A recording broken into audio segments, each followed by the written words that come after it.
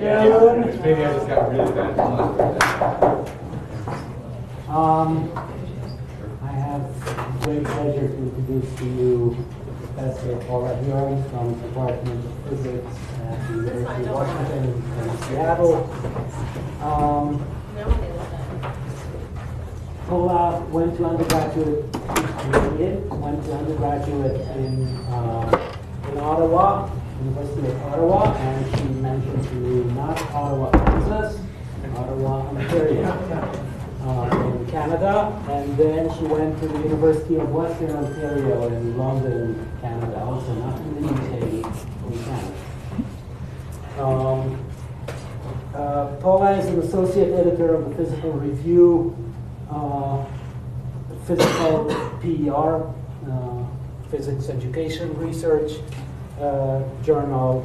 She's the chair of the PER topical group, the APS topical group on physics education, and she's a fellow of the American Physical Society from the Formal Education Division. She's going to talk to us about preparing physics students for 21st century careers. Thank you.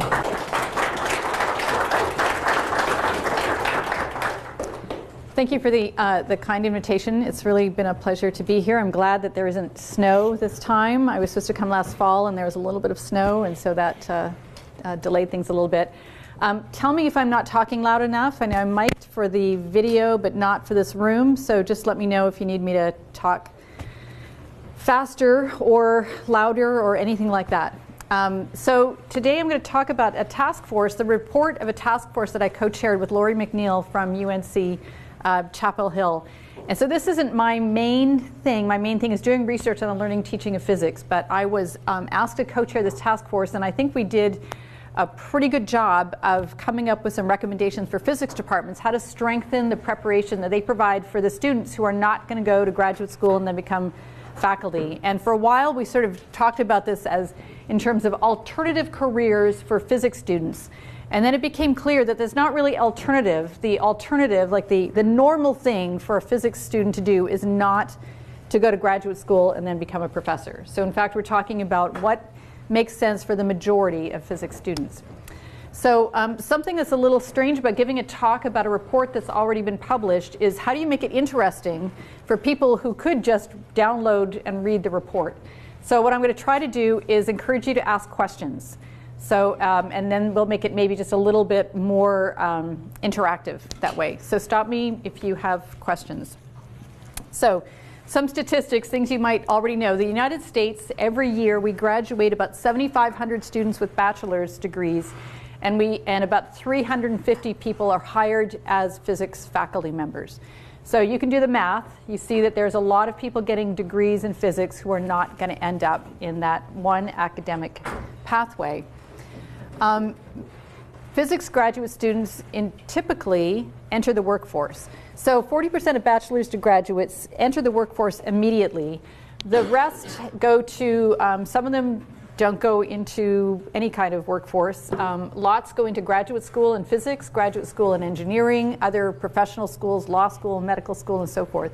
But 40% go into the workforce immediately. And of those, about 60% enter the private sector. Other things, they work in colleges and universities, not as faculty, but like as lab technicians, as instructional support people, and so forth. High schools is a big one. I'll come back to this a couple times. Teaching in high schools is an important career path for physics students. Some go to the military, civilian government, national labs. It's also notable that many physics PhD holders also go into the workforce. That it's still, even among physics PhD holders, it's not the typical thing to become an academic physicist. So given that a lot of our students are graduating, they're getting jobs in a variety of different industries, and for the most part doing well, we had to ask ourselves, is there a problem? So most departments prepare students primarily for academic careers, and they don't do anything special to prepare students for any other type of career. But in spite of the lack of direct attention, physics graduates get a wide variety of jobs, and they tend to be pretty satisfied with the jobs that they get. However, it turns out that a lot of physics graduates, even those who are doing well in, say, the private sector, wish they had had other types of experiences as undergraduates that would have better prepared them to get their first job and to be initially successful in that first job, and to even know what kind of jobs they could apply for. So given the situation, the APS and the AAPT formed a task force and got funding from the National Science Foundation, and the committee was charged with answering was charged with preparing a report to engage and inform physicists in answering this question: what skills and knowledge should the next generation of undergraduate physics degree holders possess to be well prepared for a diverse set of careers? And in case I failed to mention this, the diverse set of careers certainly includes being an academic physicist. It also includes being a physicist, on staff at a national lab. So it's not just the non-academic careers, but for the entire spectrum of careers. So the report was intended to provide guidance to physicists on revising the undergraduate curriculum to improve content, pedagogy, professional skills, and student engagement. So the task force was formed by people representing a bunch of different perspectives. So some of us were from large research-focused institutions, some folks who are actually in the private sector, people at small colleges that graduate a lot of physics majors, at least one from a historically black college, and we were supported by people from the APS and the AAPT. So we tried to get on the task force people who could represent those different perspectives. But we also spent time looking at the galaxy. I don't know what that is, because there we go, lots of reports. We did not gaze at the stars, we looked at reports. So a lot of other disciplines have tackled these issues, and if you haven't seen it, the report Vision and Change in Undergraduate Biology Education is a beautifully done report that talks in part about career preparation, but also about the revolution that's taken place in biology and how biology undergraduate programs really need to change, to evolve, to stay current in biology. Professional associations like the Association of American Colleges and Universities had prepared reports. The private sector prepares reports about surveying employers about what they're looking for in graduates. The AIP Career Pathways Project, so if you're not using that, and particularly there's a lot of materials aimed at undergraduate students, aimed at actually providing resources for undergraduate students to understand their interests and how their interests and aptitudes line up with the sorts of careers that are available to physics graduates, and how to put together a resume and things like that. And the AIP Statistical Research Center that produces a lot of really useful statistics. I should say that when I mentioned statistics here, these were the statistics that were current at the time the report was finished. The AIP is constantly revising these statistics, but there haven't been any substantive changes. I just wanted to let you know that the numbers are not the most up-to-date numbers. We also felt that there were some gaps in our knowledge, so we commissioned 2 original studies. One was done by Rachel Schur, who was at Seattle Pacific at the time, but is now at University of Washington, Bothell. And the other one was from Stephanie Chasteen, from Chasteen Educational Consulting, who is situated at the University of Colorado at Boulder.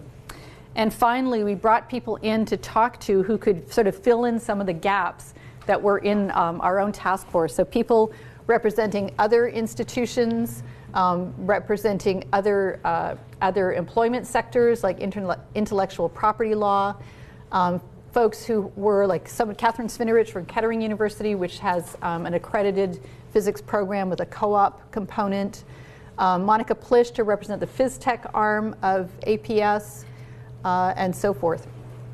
So the report has 4 key parts, and I'm going to walk through all of them. The first one's just a landscape, like what is out there. We wanted to know where are physics students going, what are their experiences both as undergraduates and in their initial employment.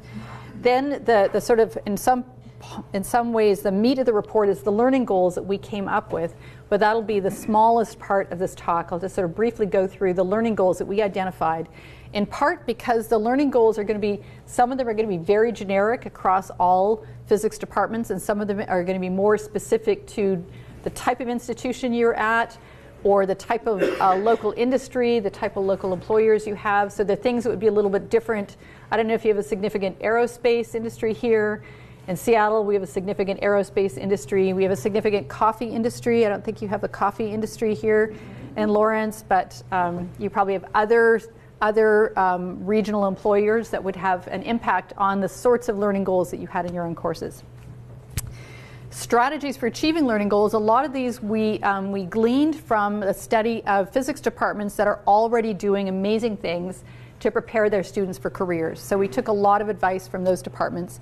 But one of the tricky parts was a lot of changing the way we think about a physics major program requires programmatic change. It requires really rethinking how we do the design of programs.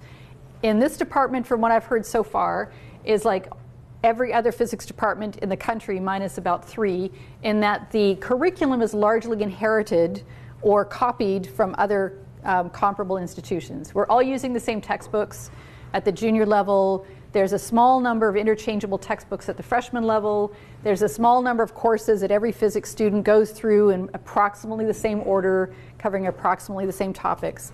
So it's really taking a long, hard look at that and saying, what in our department should we be doing? What are our goals? What are our students? Requires some sort of rethinking how we just sort of pass on the curriculum from generation to generation. So the landscape. As you can imagine, employers want a wide range of abilities. What we heard, and this is a synthesis from many reports and surveys, is that the ability to work well in teams, especially with people different from oneself, sort of came up over and over again as one of the most important things. And what this means was, when we dig a little bit deeper, is physicists, physics students at all levels, and physicists at all levels, are mostly used to talking to other physics people, and we're not as skilled, we're not as adept at talking to people outside of physics, even about physics, right? So working on a team in which you've got somebody who does accounting, somebody who does marketing, somebody who is an engineer, requires being able to talk to people with different backgrounds, and that's something that employers want, and it turns out physicists are not super good at. I'm sure that's coming as a shock to all of you. An understanding of how science and technology are used in the real world, right, where there aren't spherical cows. The ability to write and speak well. So I talked to somebody today about a writing component in an undergraduate course. So it's super critical that people hone their writing and speaking abilities for whatever profession they're going to go into. I'll skip through some of these, but the ability to understand numbers and statistics. So statistics is something that came up repeatedly as something that that employers want people to be able to do. The ability to plan, organize, and prioritize work. Again, this is a skill that I would love if my graduate students and postdocs were really, I would love it if I was good at planning, organizing, and prioritizing work, but at least if the people who work directly for me could plan, organize, and prioritize work, well, that would greatly enhance my research productivity. So again, a lot of these skills might seem like they're particular for one type of profession or job.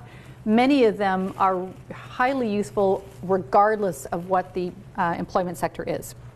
So we commissioned a study, as I said, from Rachel Schur, and she identified and talked to some recent graduates who had gone into the workforce after graduating. So 14 recent graduates, and there was a wide variety of sectors they were involved in, like shipping, tourism, finance, and engineering. And she asked them, what did you learn in your physics degree program that prepared you for your job? And what did you wish you had learned that would have improved your current job or your career trajectory? So recent graduates said they used physics knowledge, which was a big relief to all of us, and the type of problem solving they learned to do in physics. They said they used electricity and magnetism, circuits, electronics, electromagnetic effects and equipment, the operation of resistors and diodes. Nobody said that they use Lagrangians in the workforce, but I'm sure it's still a highly valuable thing for us to be teaching our students. Anyhow, this was by far the dominant thing with anything E&M, anything that had to do with E&M. Problem solving, breaking down a complex problem into component parts and solving one piece at a time. That's something I think we pride ourselves on helping students to do, is take something that seems initially just untractable, unmanageable, and sort of picking it apart and finding some version that we can solve in order to make progress towards the real world problem. Troubleshooting and establishing reliable processes. These are all things that physics students said they had learned and that they were using in their jobs, regardless of what their jobs were. They had valuable experiences as undergraduates. Internships were listed like as number one of the thing that helped them to be ready for the workforce. Teaching experience, I love this quote, "I have a lot of children in my company and I need to teach them things." So he wasn't really talking about like children actually, but the ability to teach, the ability to communicate ideas and to help people learn things that this student had learned as an undergraduate TA was one of the most valuable things he found in his own work. Teamwork. To have a professor, the students were brutally honest, right? To have a professor put me in a group with someone I hated, that was very useful because that's how it is in the real world. So group work, they may hate it, but we do it for your own good. Graduates wish they'd had additional experiences though. So programming is everything. They all said they wish they had spent more time doing programming, coding, doing anything computational. They wish they had general exposure to programming so that they could learn any programming language later. Computational physics, numerical analysis. They mentioned specific programs and software packages that they wish they had spent more time becoming familiar with, some of which are common in academic physics, and some of which some of the ones that they talked about that were more industry specific. They pointed out that some of the things we use in academic labs are not as common in industry. So that being said, they were saying at the same time, the more familiarity they had with certain types of software packages, the more flexible they felt they could be in learning other languages and other packages.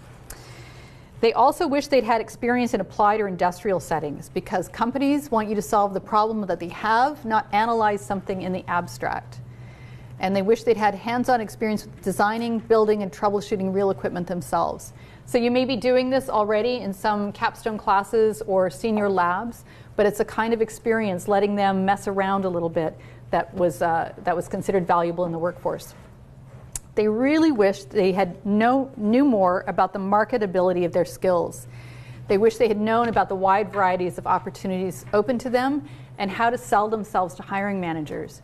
So in a typical graduate from an undergraduate physics program, if asked, well, what do you know how to do, may say things like, well, I know how to solve complex circuits problems, or I know how to write Lagrangians, or I know how to build this or that. Whereas what the employers are looking for is maybe actually overlaps with that skill set, but it's not in the right language. It's not being packaged properly to convince somebody that they're a good hire. So they wish that they had known more about that. So at the same time, Rachel talked to people who had hired these graduate students to ask them what they thought about hiring physics graduates. And she asked them, what qualities or skills do physics majors have that makes you want to hire them? What qualities or skills would make them more valuable or easier to hire? And if you could give advice to physics departments, what advice would that be? So it turns out the managers value many attributes of physics majors. One of them said, I get really excited when I see a physics major. They're very technical, they're experienced with coding, strong problem solvers, comfortable with computer modeling and simulation, fluent with math. Or, and this one I really love, the instinct that a physics major has is, yes, I'm going to use this equipment, but I need to know what it does so I can modify it or use it off-label. This sort of, there's maybe an element of arrogance there, but there's also an element of being able to say, I'm confident enough to know that I can figure how this works and then I can make better use of it. Not just say, I've got this black box and I'm going to follow the black box instruction booklet. Physics majors have broad training compared to, say, electrical engineers, which are over-specialized. They interface well with scientists and can solve problems independently. However, managers, no matter how much they value physicists, believe there are additional skills and experiences that would make them even more valuable. So more research experience, more preparation in scientific communication, especially writing, to communicate with non-scientist stakeholders. They wish they were less perfectionist, that they had better people skills. especially teamwork, that they had better oral and written communication, that they were more collaborative and consensus building and less inclined to engage in defensive argumentation. Some stereotypes here, I think, maybe about physicists, but it all kind of rings true. Question real quick. Yeah. Research experience sounds really generic, and as a graduate student, when I hear research, I probably think a different thing than what a private industry manager hears. So what exactly falls under research experience they can do at an undergraduate level? Yeah, so what we understood this to mean is the ability to work independently on a project and the ability to take some initiative, the ability to be given something, an original problem, and make some kind of progress on it. So even in some graduate programs, you don't get a lot of experience doing anything that's particularly, you have ownership over, but it was that sort of thing. And just like the reality of having being in a research lab where the answers to everything aren't already known, and that they have to sort of be discovered and argued over. Real equipment can break down. Things have to be, if things are being purchased in a grant, there could be, it's not like an undergraduate lab where you just go in and you use the material that's there. As part of a research lab, sometimes you have to take into account that you can't necessarily buy something. You maybe have to build or reconstruct something. So there's just a whole lot of different parts to that. The advice they had for physics departments was to help physics majors understand their valuable skills, to get undergraduates involved in research early, to encourage students to think beyond academia, to promote teaching opportunities. So just like the student who said that having been an undergraduate teaching assistant was valuable to him, the hiring managers, more than one of them said that the students who came to them with some teaching experience were particularly valuable. And it wasn't just a communication experience that they had, but sometimes being an undergraduate learning assistant or teaching assistant, whichever you prefer, is almost the only time that some undergraduates have to show up on time for something. They can't just sort of say, I've got a calculus midterm, I'm not going to go to my mechanics class today. They show up on time, give appropriate and polite feedback in a timely manner. There's some professional responsibility involved in that can be valuable in the workforce.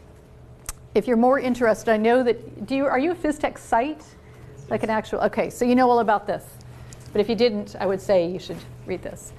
Those teaching experiences are valuable for students, not just who might decide to go into a teaching career.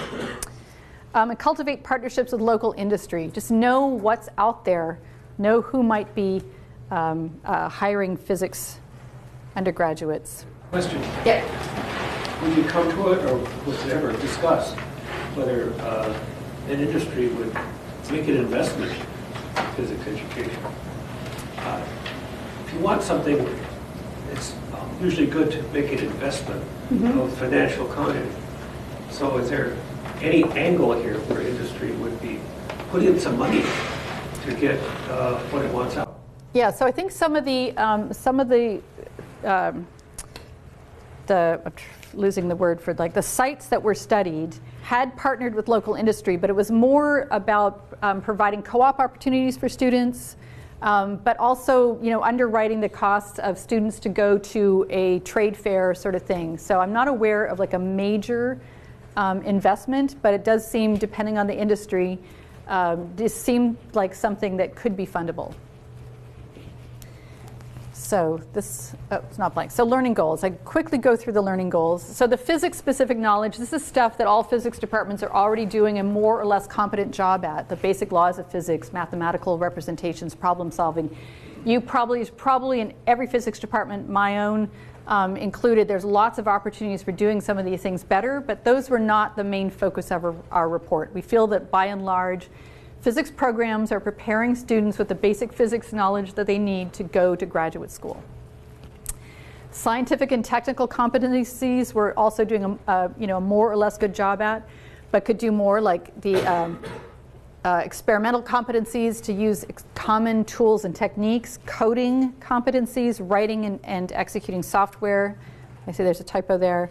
To simulate or model physical phenomena, industry standard computational design, analysis, and simulation software, and data analytics, analyzing data, including statistical and uncertainty analysis. So these are all things that are probably part of the program, but may not be carefully articulated. And I know, at least in my department, I served on a committee at one point where we all thought this was part, there was an element of computation that we all thought was part of the program, but we all thought it was in different parts of the program, and it turned out it wasn't anywhere. We had just all assumed, some of us assumed it was happening in a junior level lab. The people who taught that course thought it was happening in a sophomore level course, and it turned out we weren't doing it at all. Communication skills, like communicating with audiences from different cultures. And by different cultures, we mostly mean not from the physics culture. So it turns out, and I'll say this again later, that communicating with people from outside the physics culture is important. It's not obvious how to do it, and most of us don't spend a lot of time doing it. So I spend most of my time talking to other physicists about physics education. And it's very different if you're going to be talking about people from the arts or humanities, or even people from engineering. And one of the things, like I said, I'll come back to this, one of the recommendations that we got from one of the sites that we studied in detail was giving students the opportunity to not just like write a lab report in the form of a PRL, but to give a presentation to maybe people that they knew from outside the physics department or even outside STEM.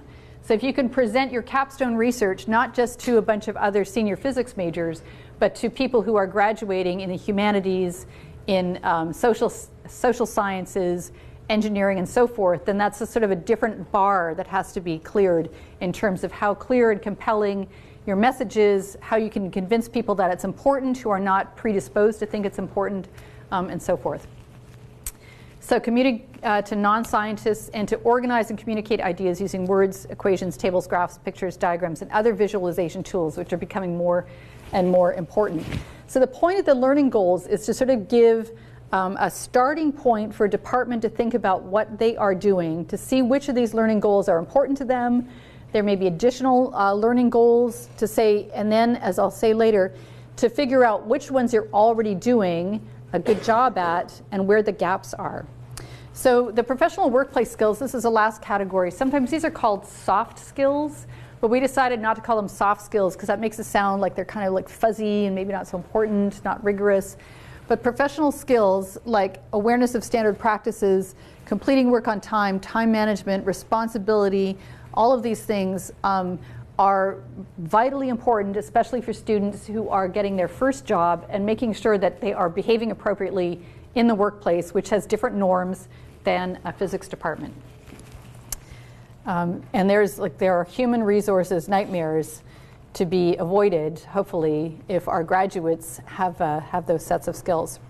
So how do we achieve these learning goals? It seems pretty ambitious to try to do all of that in an undergraduate program. So to figure out what would be good strategies for physics departments to do, we did some case studies, and this was done by, as I mentioned earlier, Stephanie Chasteen, and she talked to people from a mix of large and small public and private colleges and universities. These were specially selected because they were doing things that already gotten some national recognition for their efforts to prepare students for their for careers. So it turns out they had adopted a wide variety of approaches depending on their size and their resources. So one thing that came across in a lot of them was that they turned institutional obligations, such as coming up with a mission statement, into an opportunity. So I don't know how about it is here, but at a large Pacific Northwest University physics department that I'm familiar with, if we're told to come up with a vision statement or a 5-year plan, it tends to be farmed out to a committee that tries to download something from the web and then just do a search and replace. It's not taken as a serious opportunity necessarily to do some introspection and to do some analysis. But if you got to do it, you may as well spend time in doing it appropriately. And they had found that by cooperating with these demands from their central administrations, they were able to turn some of those into opportunities to get additional resources. So they developed learning goals and let the goals drive the curriculum rather than just taking the curriculum as a given and just saying, well, the curriculum is set in stone. This is what a physics curriculum looks like. They said, we want our students to be able to do these things. And in order to get them to do those things, we're going to have to adopt these following courses and strategies and so forth. They use varied assessment strategies, and often they embraced very innovative things, and they decided, by and large, not to try to assess them after a single quarter or a single semester, but give results, give projects some time to sort of mature before they did some high-stakes assessment. They made sure they knew their students and their alumni. So some of these departments do an amazing job of knowing where each and every one of their graduates is and what that graduate is doing. And so they're in constant, well, maybe not constant, frequent communication with their alumni to understand who they might be able to call upon if they wanted somebody to come in and talk about what it's like working at Google, or what it's like working at, at Boeing or something like that, or working as a high school teacher. So they knew who these people are and what they were doing. They made career preparation a departmental responsibility rather than forming a single committee or having one person be the champion of career preparation. And then when that person goes on sabbatical or leaves, then there'd be nobody left doing it. So they made it a departmental responsibility. And they ensured that there was a lot of communication from the department to the administration at the college level or the institution level, so that the administration knew exactly what the physics department was trying to do in order to support institution goals of making sure that students graduate in a timely fashion and are employable and more or less satisfied with the education they got. But there are lots of challenges, and that is the wrong direction. Lots of challenges. One is that physics faculty, and I'm a kind of a textbook case here, are just not familiar with non-academic careers. I just don't really know much about what goes on in the private sector. I don't really know what the practice is used in the private sector. I don't know much. I know a lot more now, I should say. I'm no longer as ignorant as I was when I got involved in this project. But many of us just are kind of unaware of what happens outside of academic physics. So strategies to deal with this are to collaborate with other units on campus. So there could be people in the engineering college who do physics research, maybe similar to what you're doing, and those people have industry contacts and so forth. And there's lots of other units on campus that are trying to do career preparation. So maybe across the physics, chemistry, and biology departments, everybody's trying to do some kind of capstone writing experience. So some of those things can be shared among different units, and so there's a bigger chance of finding the expertise if you go out. Looking to local industry for guidance, looking to literally have students spend sort of like the equivalent of a research experiences for undergraduates, in which the student goes to another department to spend the summer doing research. They could be going into the private sector for the summer and doing a private sector oriented project. Reaching out to alumni, again, the alumni are an incredible resource for finding out what people who came through your program are doing and what they valued and what they wish they had had. And networking with other physics departments. So there may be problems that are particular to your department, but it's unlikely that there isn't some other physics department in the United States that is grappling with something similar, and they may have suggestions to offer, or vice versa. So going to things, learning from people like at the Chairs Conference, the new faculty workshops, all the professional meetings that we all go to, making sure that we're talking to our colleagues about what they're doing in their undergraduate programs is a good use of time. So I'm going to go through a bunch of different strategies, sort of at different levels of intensity, maybe, different from sort of like low-hanging fruit to extreme changes, and because not every institution is ready for big changes. So a lot of departments are modifying courses. They're incorporating applications into the sort of mainstream courses. They are trying to incorporate industry standard software. Sometimes there are inexpensive student versions of some of these software packages available. They are using homework problems to involve real world and cross-disciplinary applications. So this is a place where I'm teaching thermodynamics right now. I know the standard physics applications. So I would have to, if I wanted to do this for my course, and later this quarter I hope to. And I'd have to reach out to somebody who's maybe done this or has experience of insight into what would be a good homework problem to ask that would be appropriate for an undergraduate thermodynamics course, but would have some kind of real world application. So not necessarily like a perfect Carnot engine, but something that would be more relevant. In some cases, they organize courses around technology. So rather than saying we're going to have a quantum course, a thermal physics course, an optics course, we're going to have a course on solar cells, and we're going to use the solar cell as the context for teaching basics of quantum optics, solid state, and so forth. And open-ended projects. So having the senior labs be more open-ended and less, cookbook style.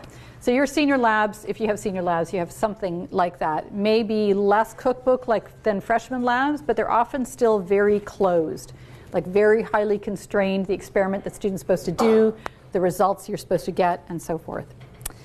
Whereas open-ended projects require teams to work together to divide out the labor, to figure out who's going to do what's the timing going to be, how will we know if we've reached our goal, and so forth.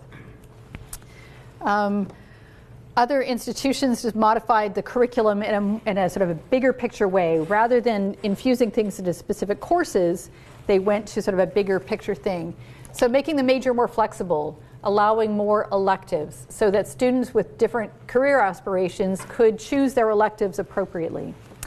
Some places have a more flexible entry into the major so that it's not the case that if you don't start the major in fall of your freshman year, you'll never graduate in 4 years. It can be possible to redesign the major so that people can come into the major a little bit later and still graduate in a timely fashion. So look at courses from speech, business, technical, creative writing, engineering, computer science, even philosophy for the ethics and reasoning skills aspect for some standard or elective courses. Encourage students to take industry-related courses as electives. So you probably have courses like optics, electronics, condensed matter physics that may have more industry-relevant content in them. So make sure that students know which of those elective courses are going to be leading in which directions.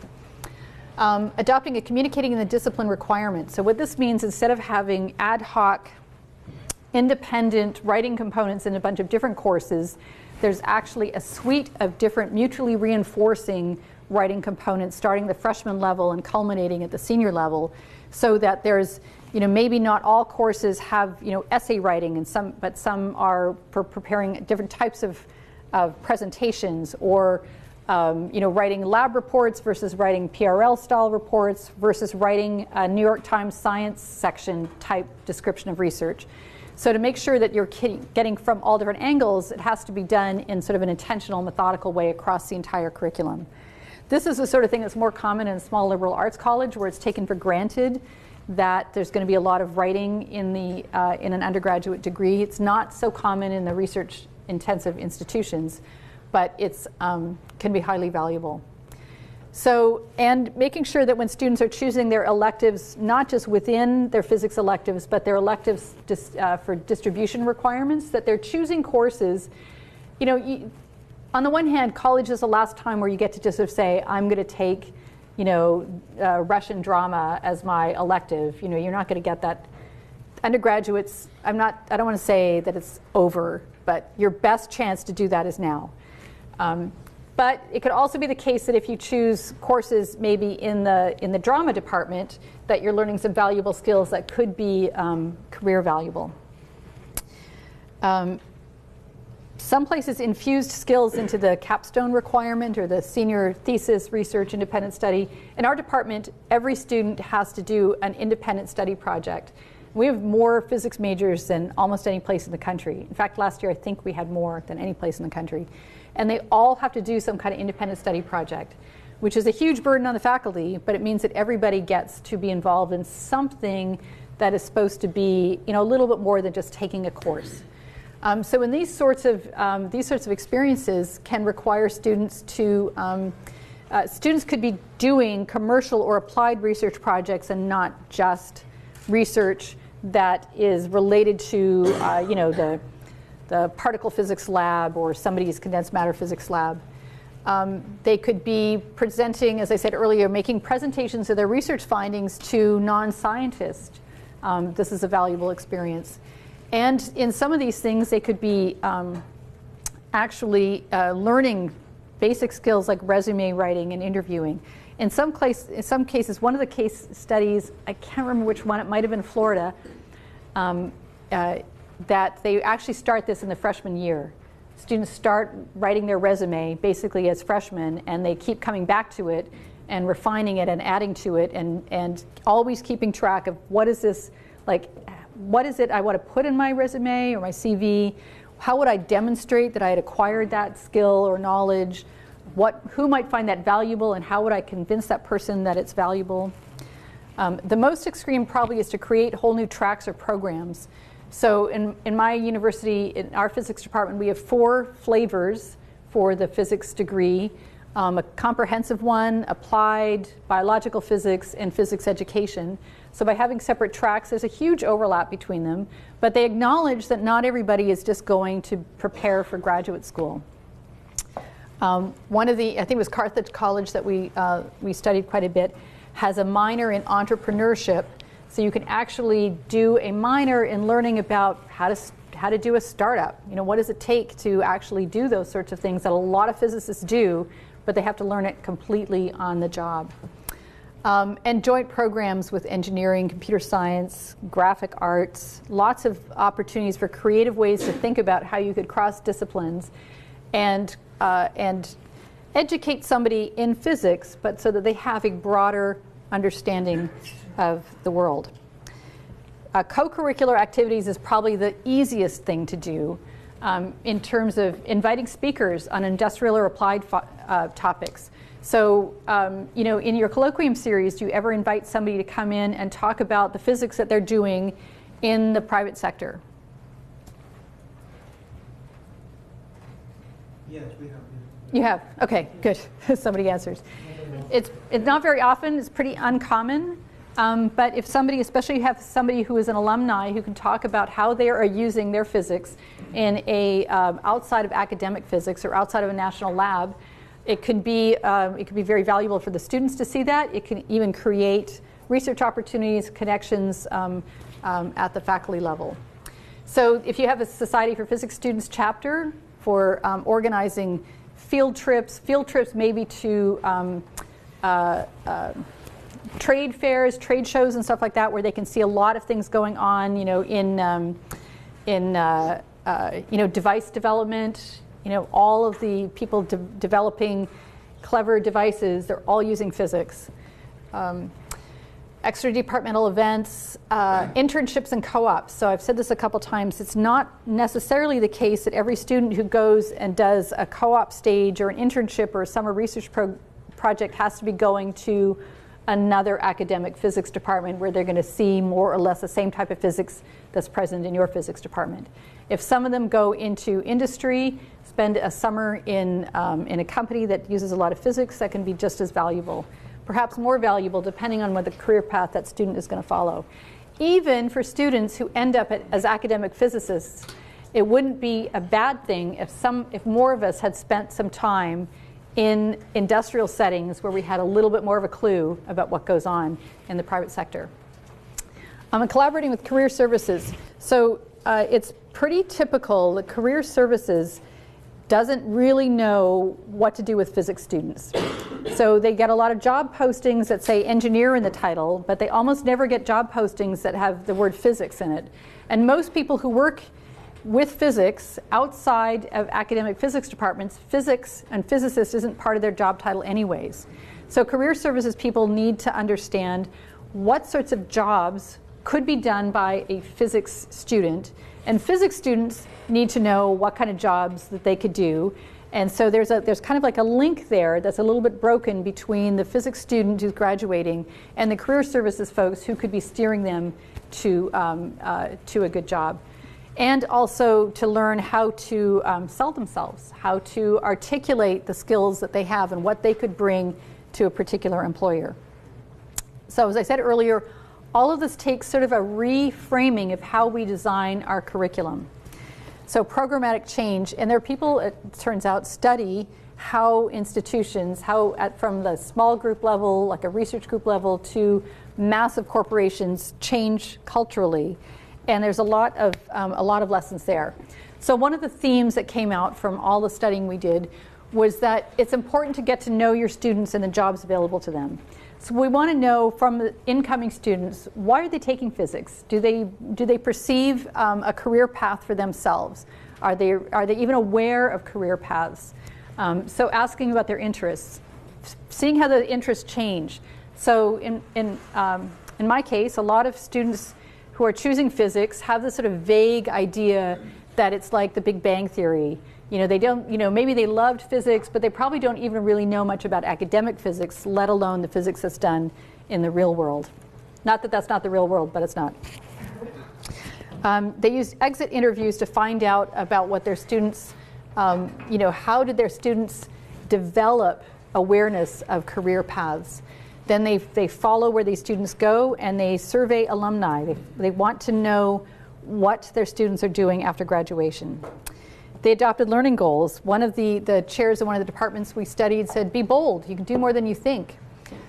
They pointed out that each goal could be addressed at multiple points in a program. You don't have to like shoehorn all of, say, the communication goals into your second quarter or second semester junior quantum mechanics course. They had to be aware of the careers that graduates could have, as well as the ones they actually do. And to recognize that when you adopt learning goals, don't all have to be done at the mastery level. Some of them you definitely want at the mastery level. Some of them should be more of an exposure, so that if it piques somebody's interest or if it starts them down a particular pathway, then those seeds have been planted but not necessarily brought to fruition. So the second thing is to do is when you adopt the learning goals is to map them to your existing program, to say where in our program are we teaching writing? So how many, I don't know how many of you have a writing requirement in an undergraduate physics course. That's actually a lot. So even in our freshman physics courses, students used to have to write homework solutions, which were varied quality, and the feedback they got was of varied quality. And now they do almost all of their homework online. So we're in fact offering fewer opportunities for written expression to our students. So look at the goals that you've selected and look at your current program and see where there's overlap and see where there's gaps. And then try to identify where some of the learning goals that are not currently represented could be brought in, and decide, do we want to do something big or do we want to do something incremental? That sort of has to be a decision made by the faculty, I think. Are there things that you're doing that you can't identify important learning goals for, but you're just doing because it's always been done? There could be some things in your program that are just kind of historical artifacts that you can't identify as what the value to them is. So you have to sort of think long and hard about what's there and why it's there. And decide where you're going to tweak, where you're going to go for something more dramatic, and what needs structural changes and what can be done at the level of an individual course. And then develop a plan and implement it. That sounds obvious, but for many of us who many of us could develop a plan and implement a plan to conduct a particular experiment, write a proposal for that. It's not always the case that we have skills in writing this kind of plan and figuring out how to delegate the various responsibilities, how to define what you're going to need. Are you going to need to redesign classrooms, hire more people? What kind of resources would you need, and how are you going to argue for those resources? Where are you going to get those resources? And crucially in this plan, to be able to pinpoint to the places where those resources might be coming from, how is this plan supporting institutional goals? So assessing the results, this is one of the hardest part, is knowing, I specialize in trying to understand students' conceptual understanding at the undergraduate level. I think I can do a pretty good job of assessing whether somebody understands the second law of thermodynamics. But I have to admit that I'm less confident about my ability to assess the development of writing skills or the development of coding competency, for example. So some of these things are difficult to assess. Sometimes you have to look at them assessing not a particular week in a particular course, but the 4-year program as a whole. How did we do for that? So it takes a lot of creativity, and I would say there's a lot of people in different physics departments working on different aspects of these problems. So again, there's probably somebody out there who you could collaborate with in a different university who's thinking about how to do the assessment. So I'm getting close to the end, and here we are back at there we go. There were a lot of varied approaches taken by the case study institutions we looked at. And again, they were a range of small liberal arts colleges and large research-oriented institutions. But they had adopted a culture of continuous improvement.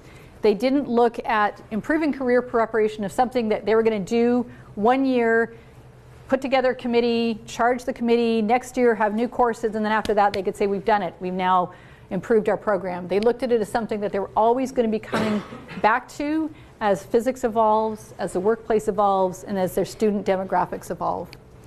They had deep knowledge of their current students and their alumni. They were aware of national trends in physics education, so they were plugged into things like the American Association of Physics Teachers meetings, the chairs meetings, the new physics faculty workshops. So they were aware of what's going on at the national scene, so they could borrow, steal, offer, contribute ideas where appropriate. And this is a particularly important one, is that they demonstrate explicit respect for non-academic careers and the students who pursue them. They rejected the idea that non-academic careers is for the folks who just can't cut it in the academic setting. So they had to show that they cared as much and had as much respect for those students as for the graduate school bound students. So what are the benefits of doing this? Because it sounds like a lot of work, right? Well, the benefits are having happier students. And wouldn't that be wonderful if our students were happier, if they're more satisfied with our programs? That would enhance recruiting. It would enhance any efforts to address issues of equity, inclusion, and diversity in your department. So in many cases, students who are coming from backgrounds where they are maybe first generation college student in their family are maybe not as aware that physics can be a professional preparation for a good career, just as engineering can be. So if you are taking seriously the preparation of students for careers, it may widen the pool of students that you are recruiting into your department. Stronger alumni connections can have all kinds of benefits. Alumni can connect you, even in your research world, to people in industry who may be interested in what you're doing or may have opportunities for collaboration.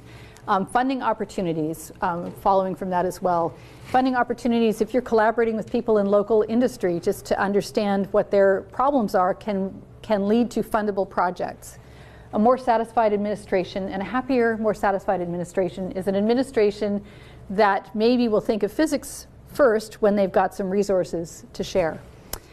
Better prepared graduate students and postdocs. So even for those of us, as I said earlier, who are in academic physics, most of the development of skills I'm talking about would make our graduate students and postdocs more productive, and that would benefit our research mission as well. So I'll just conclude by saying that physics graduates can choose many careers, but their technical skill base should be expanded. We need to better communicate the capabilities of physics students both to themselves and to employers and to the career services folks. Physics graduates would benefit from broader engagement outside of the academy. They would benefit from more connection between physics content and innovation. And they would benefit from better preparation in workplace skills.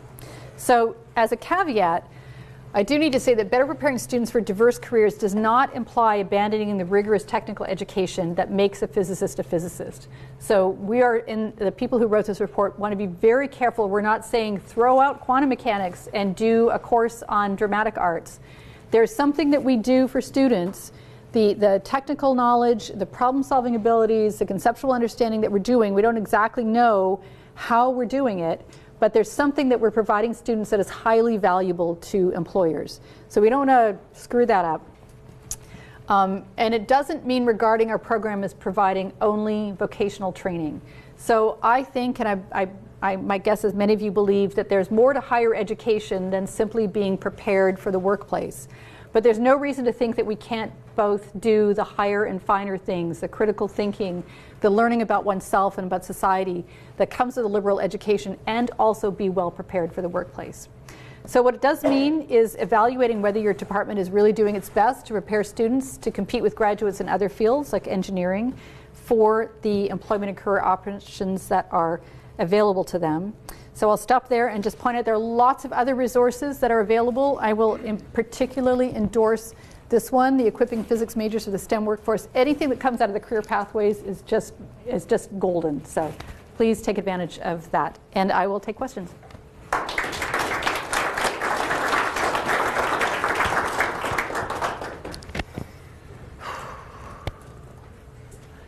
So on the note of competing with engineers and other majors, and also on the note of career services, not knowing what a physics job is, on the employer's side, how many of these employers, when they post a job offering wherever, how many of them will actually say anybody other than electrical engineers or anybody other than computer science majors? How many of them actually include other majors in their job description, or make it clear at least that it's flexible? Yeah, I don't know, and I suspect it's very industry specific, or maybe even corporation or company specific. I think there's certainly language in postings I've seen that is, electrical engineering or equivalent, experience and something like that. So, like, what do people who do engineering physics, what do they go into, right? Because I don't see a lot of job postings that say we're looking for somebody in engineering physics, as opposed to, say, civil or mechanical or chemical or so forth. So again, there's some within companies that hire physics majors, there also needs to be communication and education within those to be able to say, to the HR division, we've hired a bunch of physics grads, they're great. Next time you formulate an ad or you go to the career fair at State University down the street, why don't you broaden the pool and say we're looking for these sorts of people? So there are a couple of sort of places along the pathway that some education in both directions could really strengthen things. Yes, David. Yeah, you actually just touched on what I was thinking the whole time right there at the very end. It's that, you talk a lot about communication skills and all that stuff and changing the bad stereotypes about physicists, but when it comes down to people, you got to take the good with the bad sometimes. So, the person that gets a job writing code for missile guidance systems or something might be really good at that job because he's a misanthropic jerk. You don't want to screw that up. In your first slide, you even mentioned that, yeah, we're not doing enough to prepare people for industry or other career paths. Yeah. But that's not what the numbers say. The numbers were actually the opposite. It's like we're doing a real good job because the vast majority of people are going. So. You got that misanthropic jerk part on the video, right? I hope. Okay. Yeah. So it's complicated. So yes, we're doing a good job preparing students for careers, but they all told us that it was almost like accidental how they got their first position. They knew somebody. They didn't feel confident about it. When they first got there, it took them a long time to adapt to the situation. So we could be doing a better job. Even departments that are doing a good job feel that they could be doing a better job. Now, the taking the good with the bad, there is a broad range of, there is a stereotype, and it's not completely foundationless, but there is a broad range. People who study physics have a broad range of skills and interests, and we're not all the same. And there could be success in a lot of different careers that draw on different abilities that we have. So it's not a one-size-fits-all thing at all. The physics majors program, as it is typically constituted in many departments, is kind of a one-size-fits-all thing.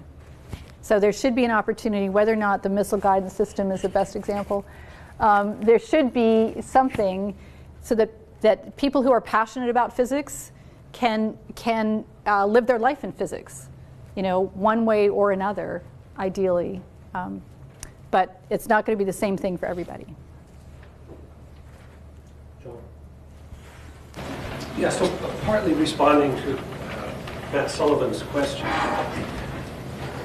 Also, as a question to you, does your report or does your group focus on this more elemental thing, teaching students life survival skills, just basic living skills? So this has nothing to do so much with highly professional organization and technical competence and being in the workforce, but for me, and what I tell all students all the time, okay, applying for everything possible, whether or not they goddamn advertise that for physics, is the only way to succeed. That's how I succeeded with all postdocs. That's how I succeeded getting an engineering job in a little tiny, lousy hometown that I grew up in that had no jobs for physicists at all. I went to the state employment agency. I said I was a physics major. They said physiology. And I applied for 50 different engineering jobs. I just applied and applied and applied. And this is a life skill. Applications are free. Applications are cheap. You will eventually succeed. If you don't apply, you never succeed. So life skills are what we should be teaching our students. Sometimes we don't think we're their parents, so we shouldn't teach them so many life skills. But I would imagine that that could become a component of this physics education. Yes, I should say I always tell my students, I give them the unsolicited advice that when they email one of their professors, they don't say, "Hey John, what's going to be on the exam next week?" You always say, "Dear Professor Ralston, I was wondering," and then you don't have to answer it anyways. But just that, like, that incredible informality doesn't do anyone any good. So life skills. We definitely had a component of the professional workplace skills that deals with just like optimism and resilience and persistence. These, the resilience and persistence have become, like, even since this report was written, have become sort of bigger buzzwords in the physics education or STEM education, generally speaking. I don't have any great advice on how to cultivate those. But yes, there is a sense in which, we are trying to form human beings, and those sort of some very basic, I'm not sure it's a skill, but some dispositions that will stand them in good stead should be part of the curriculum in some way. Some students get extraordinary mentoring, and other students don't, and it shouldn't be quite such a